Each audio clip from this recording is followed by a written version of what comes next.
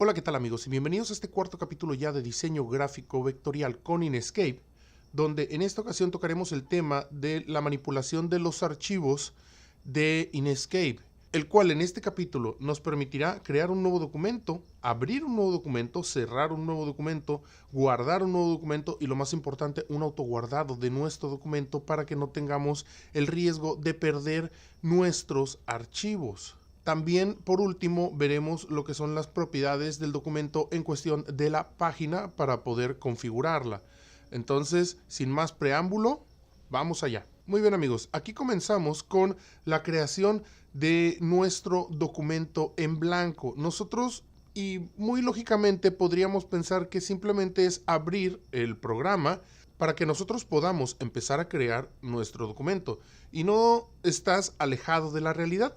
En este caso, cuando nosotros abrimos nuestro primer documento, quiero que quede muy claro aquí el punto de que cuando creamos nuestro nuevo documento es un documento nuevo y es renombrado como nuevo documento 1. Inkscape siempre los va a ir nombrando de esa manera hasta que toque el momento de guardarlos. Ahorita, en este caso, este nuevo documento es creado al abrir nuestro programa.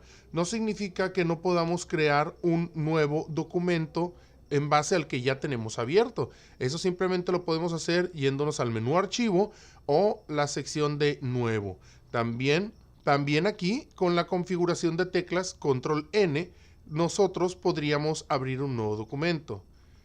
Cabe destacar aquí que cuando nosotros abrimos un nuevo documento, simplemente la ventana de Inkscape se vuelve a abrir con un nuevo documento, en este caso, nuevo documento 2. Estos nombres son temporales hasta que nosotros le pongamos un nuevo nombre o un nombre, el nombre del que va a quedar nuestro documento al guardar este documento. Muy bien, en este caso, al crear nuestros nuevos documentos no es nada más que eso, un documento en blanco con un lienzo preparado para nuestro dibujo. Ya nosotros habíamos hablado de las delimitaciones de la hoja de trabajo, la cual no nos delimita en este caso el dibujo en el área. Es simplemente un área imprimible, una sección imprimible de nuestro documento. Ahora, cuando nosotros abrimos un documento en blanco, simplemente aparece con una propiedad de tamaño carta o tamaño A4, dependiendo de la configuración. Pero en este caso, ¿qué tal si nosotros queremos abrir una plantilla, un documento de plantilla de las que ya maneja Inkscape? Bueno, nos vamos a ir a la sección de archivo, nuevo a partir de plantilla con la configuración de teclas control alt y N. Nosotros tendríamos también una nuevo a partir de plantilla. Entonces, en este caso aquí nosotros podemos ver que tenemos bastantes plantillas.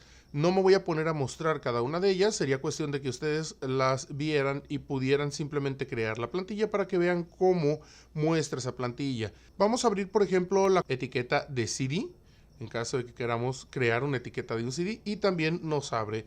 Hay que tomar en cuenta que Inkscape sigue creando documentos en blanco, en este caso documento en blanco 5, hasta que nosotros no guardemos nuestro documento.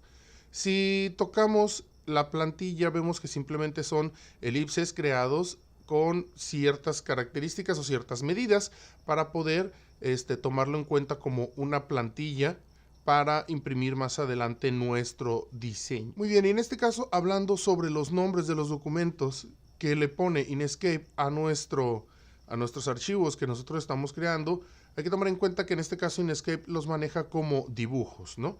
Son dibujos los que nosotros vamos a guardar. De hecho, para eso nos vamos a ir a la opción, ya sea en este menú que tenemos aquí, y presionar el icono de guardar documento. Ahora, si nos vamos a archivo, guardar, tenemos 4 opciones. De hecho, aquí las opciones que nosotros tendríamos que seleccionar sería o guardar como, o guardar una copia. Y estas opciones tienen sus características especiales que voy a explicar en estos momentos. Vamos a crear un simple elipse, como ya vimos en el capítulo anterior. Simplemente damos un clic, arrastramos y soltamos. No importa el tamaño que quede, no importa el color que quede. Simplemente quiero un objeto en la hoja de trabajo para que nosotros podamos guardar este documento. Nos vamos a archivo. No importa que esté en blanco, quiero aclarar, ¿no? No importa que esté en blanco, entonces simplemente damos guardar. Cuando damos guardar, que es la primera opción, nos muestra un nombre que nosotros podemos darle a nuestro dibujo, que sería en este caso dibujo con la extensión .svg, que en este caso al principio del video nosotros vimos que SVG era Scalable Vector Graphic, que es el archivo en el que se manejan nuestros dibujos de Inkscape para archivos escalables de vectores. Muy bien, aquí nos sugiere en este caso ponerle dibujo, pero nosotros podemos ponerle cualquier dibujo. Voy a guardarlo aquí en el escritorio y voy a poner en este caso el nombre de mi primer dibujo y simplemente lo guardamos. Ahora, ahí ven, esta ventana que nosotros tenemos aquí, en este caso es de Ubuntu. Windows saldrá un poco distinto. También los botones de guardar y en Mac saldrán de una forma acomodada distinta, pero es prácticamente lo que a nosotros nos importa es poner el nombre del archivo, dónde guardar o el botón para guardar, el botón para cancelar, el botón para crear una carpeta y la sección donde nosotros podemos tomar el formato en el que queremos guardarlo. Eso en cualquier sistema operativo nos va a salir acomodado en el lugar donde nosotros siempre hemos estado acostumbrados. Muy bien, aquí tenemos la versión en la que se va a guardar, que es SVG de Inkscape, que es la recomendada para guardar. Más adelante vamos a ver un poquito más a detalle algunas otras versiones que podríamos utilizar, pero en este caso hay que asegurarnos que sea SVG de Inkscape.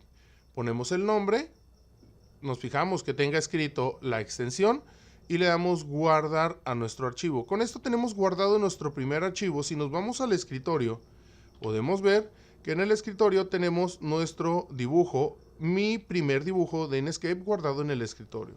Ahora, volvemos al programa. ¿Qué diferencia entonces hay entre guardar y guardar como y guardar una copia? Bueno, la diferencia es que si yo hago un segundo movimiento, por ejemplo, en este caso, creo otro elipse con otro color,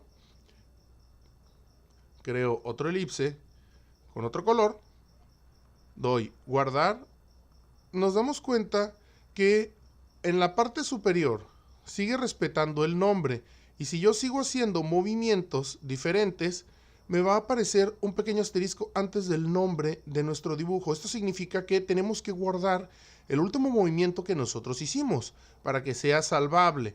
Si nosotros de alguna manera cerramos y le damos que no guardamos los documentos, entonces lo que va a pasar es que no nos guarda el último movimiento que nosotros habíamos hecho. Esa es la función de guardar de nuestro botón de guardar. En la primera parte, cuando nosotros vamos a guardar, simplemente nos da la opción de ponerle un nombre. Pero después de eso va guardando, va salvando lo que nosotros hayamos hecho siempre y cuando nosotros lo vayamos guardando. Ahora, vamos a abrir un archivo. ¿Qué tal si nos vamos a archivo, abrir? Esto nos va a permitir abrir un archivo de la sección que nosotros queramos. Seguimos con mi primer dibujo, le damos un clic y simplemente le damos abrir. También tenemos en archivo, lo que es abrir recientes, podemos ver todo nuestro catálogo de las últimas cosas que hemos hecho en Inkscape. Entonces sería cuestión también de nada más abrirla, ¿no? Aquí si se dan cuenta me abrió los dos archivos en ventanas diferentes. Lo que yo quiero que quede bien claro es que la opción de abrir y abrir recientes, la diferencia es que aquí nos permite explorar y la segunda nos toma directamente donde nosotros tengamos salvado nuestro documento y lo abre automáticamente al dar clic. Ahora, la diferencia entre guardar y guardar como es la siguiente. Imaginemos que yo tengo un dibujo estándar, un dibujo que me podría servir para cambiarle distintas características a mi diseño. Por ejemplo, ¿qué tal si uno tiene un fondo rojo y uno un fondo verde, uno un fondo amarillo? Y al cliente hay que presentarle los tres fondos. Bueno, también nos pide que le demos tres archivos diferentes. O en algún lugar nos están pidiendo los tres archivos diferentes de los distintos diseños y nosotros hicimos manipulaciones en cada uno, pero nos sirvió la base que hicimos. Bueno, aquí lo que sería lo que podríamos hacer es guardar la opción de mi primer dibujo con otro nombre. Por ejemplo, mi primer dibujo 2. Así que nos vamos al menú archivo, guardar como, y entonces si nos damos cuenta ya no guardó los movimientos, sino que simplemente me da la opción de volver a ponerle un nombre. En este caso vamos a ponerle mi primer dibujo 2 y lo guardamos. En este caso son los mismos dos archivos que tenemos aquí. Aquí podemos ver la muestra de uno y aquí podemos ver la muestra del otro. Son exactamente los mismos pero con nombre distinto. Esa es la diferencia entre guardar y guardar como. Y en la opción de guardar una copia sería muy similar a guardar, donde nosotros podemos renombrar, en este caso, una copia de nuestro archivo, por ejemplo aquí 2.1, y le damos guardar y tenemos una copia. Ahora tenemos tres archivos de el mismo archivo pero con diferente nombre y probablemente ya en la vida real con diferentes características. Ahora, para las opciones de guardar que nosotros tenemos aquí, bueno, no es muy conveniente, como les he estado comentando, estar yendo a archivo, guardar o presionar en este caso el icono. Es muy práctico, simplemente presionar control S y simplemente guardar los movimientos que nosotros estamos haciendo. Control S de nuevo. Fíjense cómo tenemos el asterisco a un lado del nombre, guardamos y listo.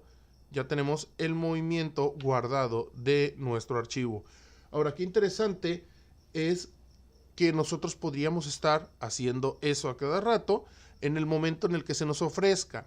Pero ¿qué pasa cuando estamos tan metidos en nuestro trabajo que simplemente llega un momento en el que nos llega a fallar, ya sea el sistema, ya sea el programa, ya sea muchos que no cuentan con planta, la luz? En todo caso, se podría perder nuestro archivo. Para eso es muy recomendable configurar la opción de guardar automáticamente. Para eso nosotros nos vamos a el menú edición y en edición nos vamos a preferencias. En preferencias tenemos esta sección donde lo único que tenemos que hacer es buscar del lado derecho en entrada y salida la opción de autoguardado.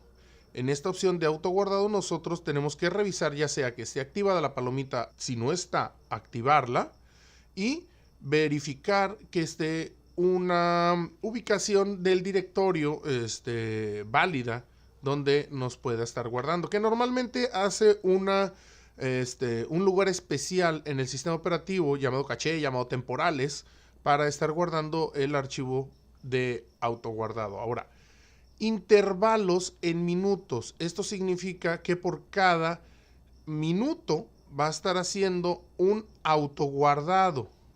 Creo que a ustedes, si no lo han configurado, les aparece 10 minutos cada vez.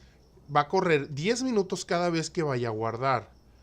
Yo muchas de las veces lo tengo en 5 minutos, por ejemplo, en 3 minutos. Pero hay que tomar en cuenta que entre más autoguardados tengamos, más archivos autoguardados se van a ir generando. Eso significa que tenemos un número de autoguardados máximos. Si nosotros tenemos un disco duro grande, en este caso, para trabajar, bueno, nos podemos dar el lujo de tener 100, por ejemplo, números máximos de autoguardados, 100 archivos guardados. Pero si no tienen un disco grande, un disco duro donde almacenar, bueno, es recomendable, por ejemplo, unos 10, 15 autoguardados, nada más en lo que nosotros presionamos control S para guardar nuestros archivos, que es muy importante, es una de las reglas de oro. Ahora, les voy a dar el mejor consejo que nadie les puede dar cuando trabajan en un programa. Cuando inician, no importa que el documento esté en blanco, ustedes vayan a archivo, guardar y le ponen su nombre al archivo. No importa que el documento no tenga nada. Especialmente cuando ustedes trabajan con programas que tienen autoguardados. En este caso, esta es una regla de oro que tenga que haberse guardado por primera vez para poder trabajar con el autoguardado. Esto funciona en los archivos de Office, esto funciona en los archivos de manipulación de mapa de bits, en los archivos de manipulación de vectores. En casi todos los archivos, especialmente los que tienen autoguardado, tienen autorrecuperación y por consecuente necesitan haber guardado, aunque sea una sola vez, el archivo para que pueda seguir guardando automáticamente.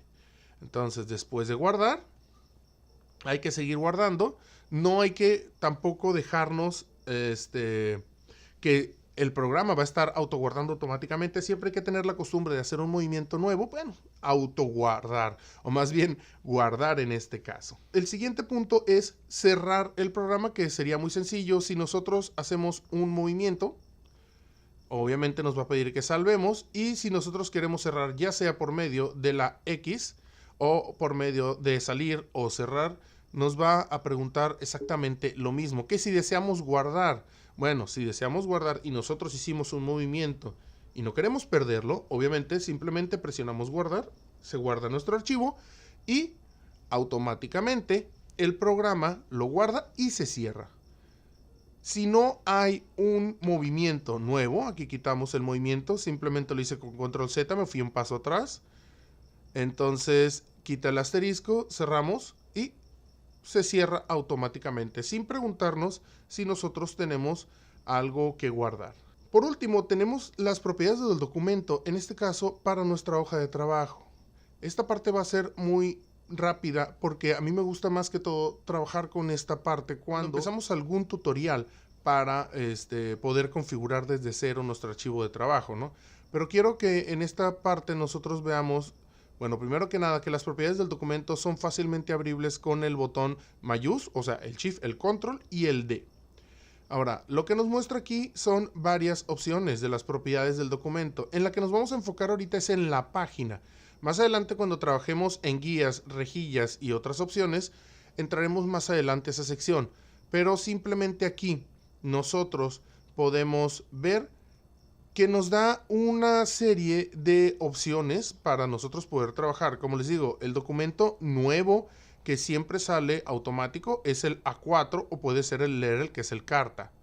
Aquí en las opciones nos aparece unidades de visualización, son las unidades que nosotros vamos a trabajar, por ejemplo milímetros para las páginas, por ejemplo centímetros, por ejemplo píxeles para las áreas de trabajo web, y tenemos en la parte de abajo la orientación, ya sea vertical u horizontal. Voy a desplazar hacia un lado, voy a cerrar tantito las propiedades para mover nuestra hoja y podamos ver con mayor detalle. Nos vamos de nuevo a propiedades del documento.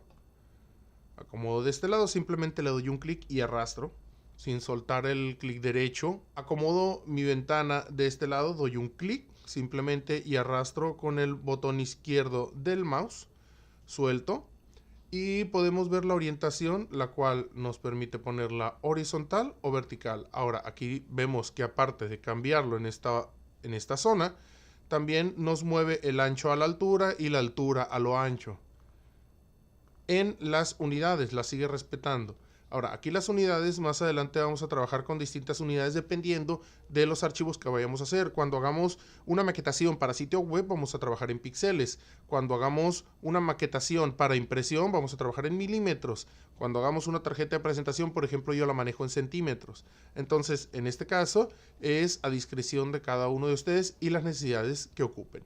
Aquí tenemos las opciones también de ajustar página al contenido, donde nosotros vamos a poder ajustar sin necesidad de que nosotros tengamos que buscar una medida en específico, ajustar nuestra página, nuestra área de impresión al contenido. En este caso nos sirve, entre muchas cosas, para exportar nuestro archivo. Bueno, voy a crear un objeto, en este caso un círculo. No importa el tamaño, simplemente quiero que vean cómo es que funciona. Tengo un objeto. Pueden ser 2, 3, 4 objetos, pueden estar agrupados. Vamos a dejarlo solamente con un objeto para que vean el ejemplo.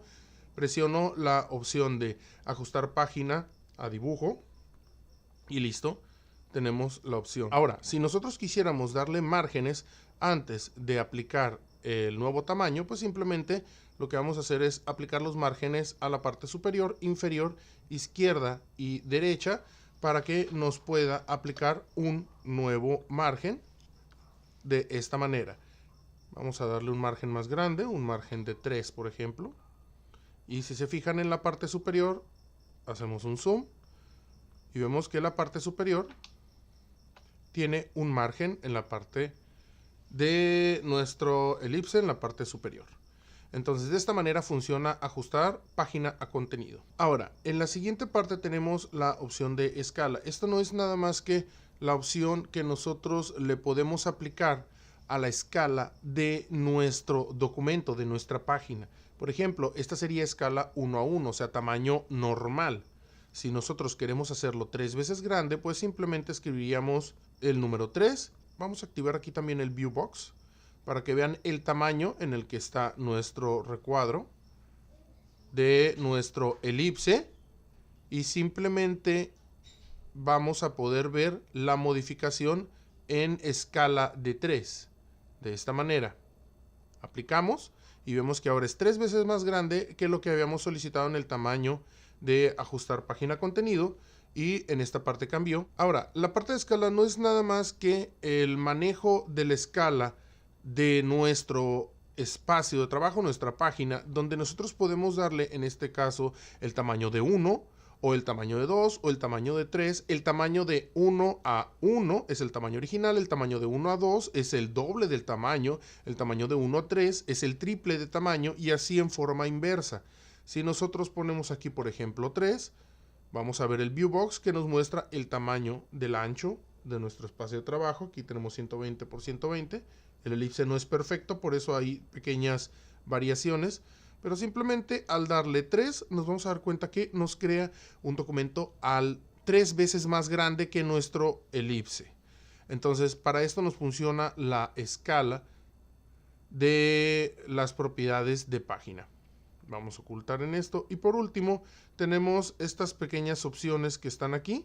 Muy bien, para la última parte de las propiedades de página, en este caso me he permitido crear dos objetos, un rectángulo y un elipse, para que nosotros podamos ver lo que es la siguiente característica, que es el fondo damero, que es un fondo cuadriculado, el cual nos va a permitir ver qué área hay objetos y en qué área no hay, o en qué área está totalmente en blanco, ¿no?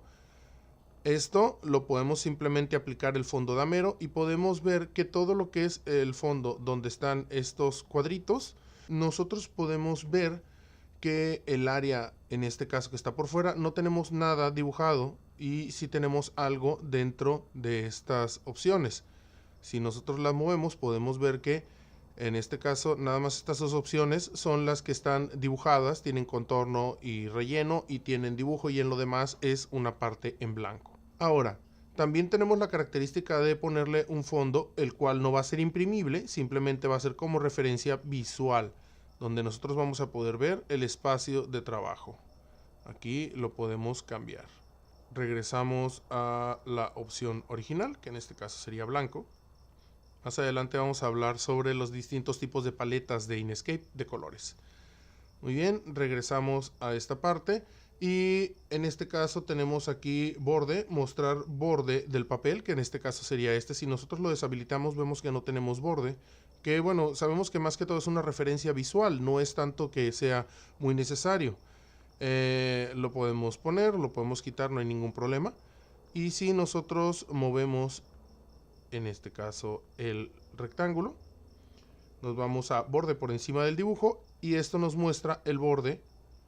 No importa hasta dónde o cómo lo movamos, siempre nos va a mostrar el borde de nuestro espacio de trabajo, de nuestra área de trabajo. Nos la va a mostrar por encima de cualquier dibujo que nosotros tengamos. Y también, por último, tenemos mostrar sombra del papel, el cual nos permite darle un efecto de volumen, que nosotros lo podemos quitar o poner. Esto es simplemente visual. Y por último, lo que es color de borde, que sería muy similar en la selección del color. La diferencia pues es que de color negro podemos cambiar a cualquier otro color que nosotros queramos, por ejemplo amarillo, azul, verde, o el que nosotros queramos. Lo regresamos a negro. Cerramos. Ahora, si te estás preguntando qué es usar anti-aliasing, en este caso la opción de usar anti-aliasing es para que nuestros objetos, cuando estemos trabajando con ellos, se vean mejor, se vean de una forma no tan pixelada y otra forma pixelado o no pixelado, dependiendo de qué tengamos activado. esto nos consume más recursos. Ahora, yo sé que me van a decir, pero si tú nos estás diciendo que el manejo de vectores no debe de tener pixelado, sí, no es ese el pixelado al que yo me refiero.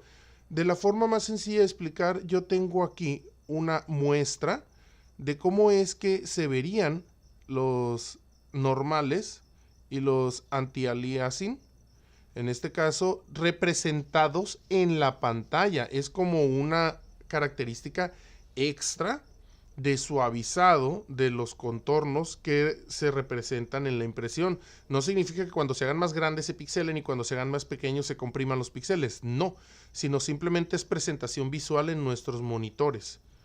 Es como una característica donde se ve más bonito o menos bonito en un videojuego. Ahora, para terminar con esta sección, no me voy a despedir sin antes recomendarles un pequeño artículo de Wikipedia de formato de papel. En caso de que tú tengas alguna duda al respecto de los manejos de papel, de los formatos y dónde se puedan utilizar, este artículo es buenísimo y nos muestra los diferentes tamaños y cómo vienen acomodados en las áreas de trabajo.